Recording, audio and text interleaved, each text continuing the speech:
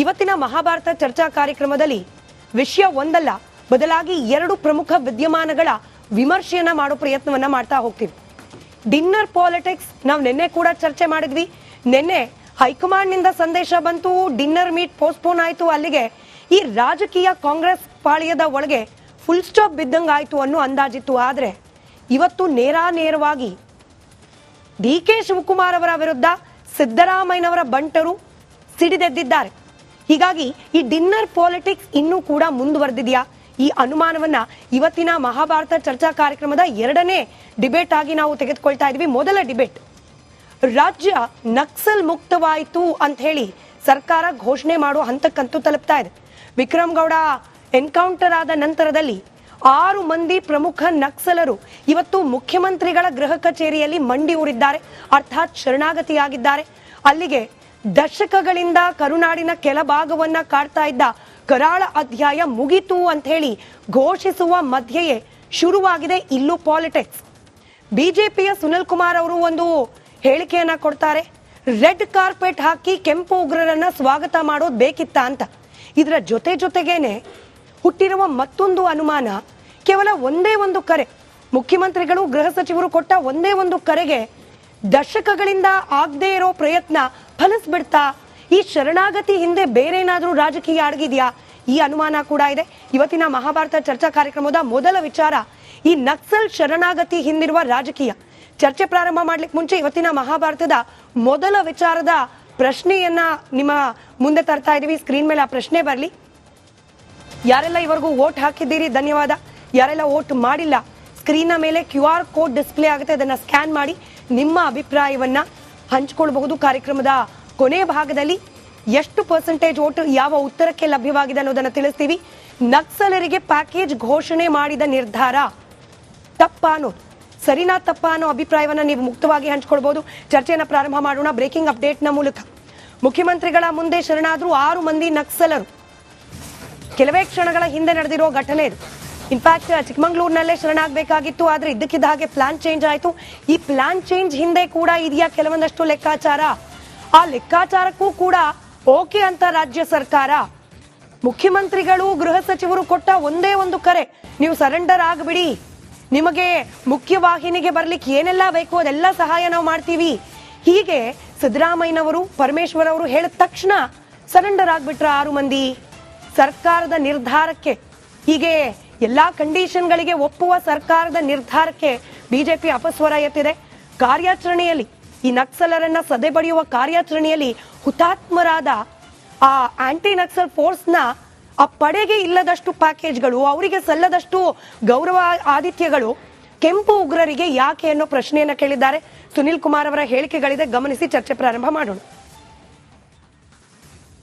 ಮುಖ್ಯಮಂತ್ರಿಗಳು 1 ವಾರದ ಹಿಂದೆ ನಕ್ಸಲರು ಶರಣಾಗಬೇಕು ಅಂತ ಹೇಳ್ತಾರೆ.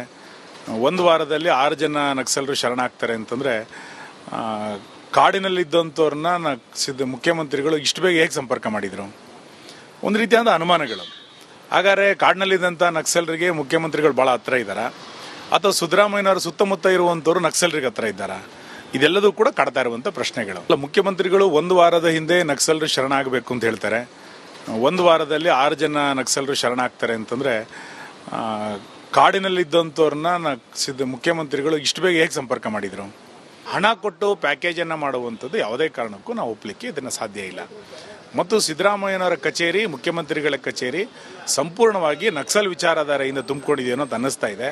ಅದರ ಮುಂದುವರಿದ ಭಾಗ ಈಗ ಬರ್ತಾ ಇರುವಂಥ ಸುದ್ದಿಗಳು, ಅವರು ಮುಖ್ಯಮಂತ್ರಿಗಳ ಸಮ್ಮುಖದಲ್ಲೇ ಶರಣಾಗ್ತಿದ್ದೀವಿ ಅಂತಂದ್ರೆ ಈ ಸರ್ಕಾರವನ್ನ ನಕ್ಸಲರು ನಡೆಸ್ತಾ ಇದಾರ ಅನ್ನುವಷ್ಟರ ಮಟ್ಟಿಗೆ ಅನುಮಾನಗಳು ಬರ್ಲಿಕ್ಕೆ ಪ್ರಾರಂಭ ಆಗಿದೆ. ಮುಖ್ಯಮಂತ್ರಿ ಈ ರೀತಿಯಾದಂಥ ಅಪರಾಧಿ ಚಟುವಟಿಕೆಗಳಿಗೆ ಪರೋಕ್ಷವಾಗಿ ಬೆಂಬಲ ಕೊಟ್ಟಂತ ಆಗ್ಬಿಡ್ತದೆ. ಒಂದಿಷ್ಟು ದಿನ ನೀವು ಕಾಡಿನಲ್ಲಿ ನಕ್ಸಲರಾಗಿ ಕೆಲಸ ಮಾಡಿ, ನಂತರ ನನ್ನ ಮುಂದೆ ಬಂದು ಶರಣಾಗಿ ನಾನು ನಿಮಗೆ ಪ್ಯಾಕೇಜ್ ಕೊಡ್ತೇನೆ ಎನ್ನುವಂಥದ್ದು ಪರೋಕ್ಷವಾಗಿ ಯುವಕರನ್ನ ದಿಕ್ಕು ತಪ್ಪಿಸುವಂಥ ಪ್ರಯತ್ನ ಮತ್ತು ಪ್ರಜಾಪ್ರಭುತ್ವ ವಿರೋಧಿಯಾದಂಥ ಹೋರಾಟಗಳು ನಕ್ಸಲರು ಏನು ಮಾಡ್ತಿದ್ದಾರೆ, ಅದಕ್ಕೆ ಕುಮ್ಮಕ್ಕನ್ನು ಮುಖ್ಯಮಂತ್ರಿಗಳೇ ಕೊಡ್ತಾ ಇದ್ದಾರೆ ಎನ್ನುವಷ್ಟರ ಮಟ್ಟಿಗೆ ಅದು ಬೆಳವಣಿಗೆಗಳು ನಡೆಯುತ್ತೆ. ಹಣ ಕೊಟ್ಟು ಪ್ಯಾಕೇಜ್ ಅನ್ನ ಮಾಡುವಂಥದ್ದು ಯಾವುದೇ ಕಾರಣಕ್ಕೂ ನಾವು ಒಪ್ಪಲಿಕ್ಕೆ ಇದನ್ನ ಸಾಧ್ಯ ಇಲ್ಲ.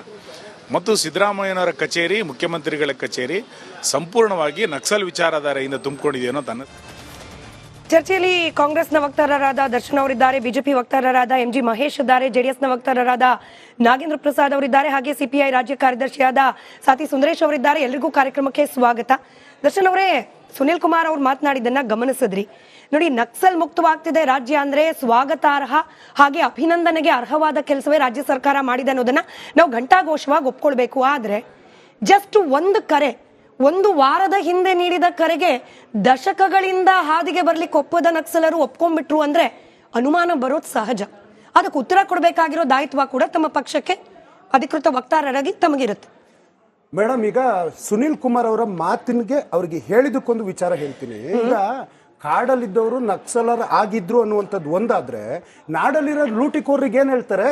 ಯಾಕೆಂದ್ರೆ ಮಾನ್ಯ ಸುನಿಲ್ ಕುಮಾರ್ ಅವರ ಮೇಲೆ ಆರೋಪ ಇರ್ತಕ್ಕಂಥದ್ದು ಪರಶುರಾಮ್ ಥೀಮ್ ಪಾರ್ಕ್ 11 ಕೋಟಿ ರೂಪಾಯಿ ಭ್ರಷ್ಟಾಚಾರ, ಇನ್ನು ಸರ್ಕಾರಿ ಸಿಮೆಂಟ್ ನ ಹೊಡೆದಿರ್ತಕ್ಕಂಥ ಒಂದು ಭ್ರಷ್ಟಾಚಾರದ ಆರೋಪ ಹೊತ್ತವರು ಅದೇನೇ ಇರಲಿ, ಅವ್ರ ಆರೋಪ ಮಾಡಿದ್ದಾರೆ ಇವತ್ತು. ಆದ್ರೆ ಮೇಡಮ್, ಈ ನಕ್ಸಲಿಸಮ್ ಅನ್ನುವಂಥದ್ದು ಶುರುವಾಗಿರ್ತಕ್ಕಂಥದ್ದು 1960ರಿಂದ ದೇಶಾದ್ಯಂತ ನಡೀತಾ ಇದೆ. ನಿಮಗೆ ಛತ್ತೀಸ್ಗಢದ ಉದಾಹರಣೆ ಕೊಡಬೇಕಂದ್ರೆ 2017ರಲ್ಲಿ 26 ಜನ CRPF ಯೋಧರು ಹುತಾತ್ಮರಾಗಿದ್ದಾರೆ. ಈ ರೀತಿಯಾದಂತಹ ಜನಗಳ ನಡುವೆ ಸಂಘರ್ಷ, ಪೊಲೀಸು ಮತ್ತೆ ನಕ್ಸಲ್ ನಡುವೆ ಸಂಘರ್ಷ, ನಕ್ಸಲರು ಮತ್ತೆ ಆರ್ಮಿ ಯೋಧರ ನಡುವಿನ ಸಂಘರ್ಷ, ಅಂತ್ಯ ನಮಗೆ ಸಿಕ್ಕಿರ್ತಕ್ಕಂಥದ್ದು ಇಲ್ಲಿ ತನಕ ಅಂಕಿಅಂಶ ನಾಗರಿಕರು, ನಕ್ಸಲರು ಮತ್ತೆ CRPF ಯೋಧರು, ಪೊಲೀಸರೆಲ್ಲ ಸೇರಿ ದೇಶದಲ್ಲಿ 13,970 ಜನ ಸಾವನ್ನಪ್ಪಿದ್ದಾರೆ. ಪೊಲೀಸ್ನರು ಹುತಾತ್ಮರಾದ್ರು, ಅವರು ಸಾವನ್ನಪ್ಪಿದ್ರು. ಆದ್ರೆ ಇತ್ತೀಚೆಗಷ್ಟೇ ಒಬ್ಬ ವಿಕ್ರಮ್ ಗೌಡ ಅನ್ನುವನ ಎನ್ಕೌಂಟರ್ ಆಗಿತ್ತು. ಸೊ ಆತ ಆ ಒಂದು ಪಡೆಯ ನಾಯಕ ಅನ್ನುವಂಥದ್ದು ಗುರುತಿಸ್ಕೊಂಡಿದ್ರು ಅನ್ನುವಂಥ ವಿಚಾರಗಳು ನೀವು ಮಾಧ್ಯಮಗಳಲ್ಲಿ ಹೇಳ್ತಾ ಇದ್ರಿ. ಆದ್ರೆ ಇವತ್ತು ಮನಸ್ಸನ್ನ ಬದಲಾಯಿಸಿ ಮತ್ತೆ ಈ ನಕ್ಸಲರು ಆಗಿರ್ತಕ್ಕಂಥವ್ರು ಯಾರು? ಹಿಂದುಳಿದ ವರ್ಗದವರು, ದಲಿತರು, ಆದಿವಾಸಿಗಳು. ಅವರು ಹೋರಾಟ ಯಾಕಾಗಿತ್ತು? ತುತ್ತು ಅನ್ನಕ್ಕೋಸ್ಕರ ಅಥವಾ ಭೂಮಿ ಕಳ್ಕೊಂಡಿದ್ದೀವಿ, ನಮ್ಮ ಜಾಗಗಳನ್ನ ಕಳೆದಿದ್ದೀರಿ.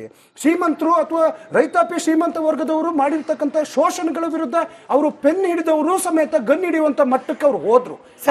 ಇವತ್ತು ಸರ್ಕಾರ, ಮಾನ್ಯ ಮುಖ್ಯಮಂತ್ರಿಗಳು ಇತ್ತೀಚೆಗಷ್ಟೇ ಹೇಳಿಕೆ ಕೊಟ್ಟಿದ್ರು, ಇದು ನಾಗರಿಕ ಸಮಾಜ, ನೀವು ಕಾಡಲ್ಲಿದ್ದು ಏನನ್ನೂ ಸಾಧಿಸ್ಲಿಕ್ಕೆ ಸಾಧ್ಯ ಇಲ್ಲ, ನೀವು ಏನಾದ್ರೂ ಸಾಧಿಸ್ಬೇಕು ಅಥವಾ ಮನುಷ್ಯರಾಗಿ ಬದುಕಬೇಕಲ್ವಾ, ಹೊಸ ಜೀವನವನ್ನ ರೂಪಿಸ್ಕೊಬೇಕಲ್ವಾ. ಹಾಗಾಗಿ ನೀವು ನಾಡಿಗೆ ಬನ್ನಿ, ನಿಮ್ಮ ಶಸ್ತ್ರಾಸ್ತ್ರಗಳನ್ನ ತ್ಯಾಗ ಮಾಡಿ. ಈಗ ಬಿಜೆಪಿ ಹೇಳಿಕೆ ನೋಡಿದ್ರೆ ಅವ್ರು ಗನ್ ಹಿಡ್ಕೊಂಡು ದಿನ ಭಯ ಹುಡ್ಸುವಂತ ಕೆಲಸಗಳಾಗ್ಬೇಕಾ?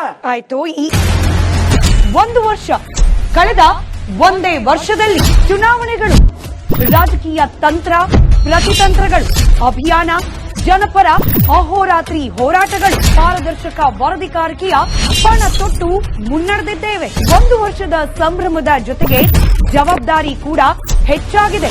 ಮತ್ತಷ್ಟು ಮುನ್ನುಗ್ಗಿ ಜನಪರ ನಿಲ್ಲುವ ಉತ್ಸಾಹ ಕೂಡ ಹೆಚ್ಚಿದೆ. ಯಾಕಂದ್ರೆ ಇದು ರಿಪಬ್ಲಿಕ್ ಕನ್ನಡ, ನಿಮ್ಮದೇ ಧ್ವನಿ. 1 ವರ್ಷದ ನಿರ್ಭೀತ ಪತ್ರಿಕೋದ್ಯಮ ರಿಪಬ್ಲಿಕ್ ಕನ್ನಡ, ಇದು ನಿಮ್ಮ ಧ್ವನಿ.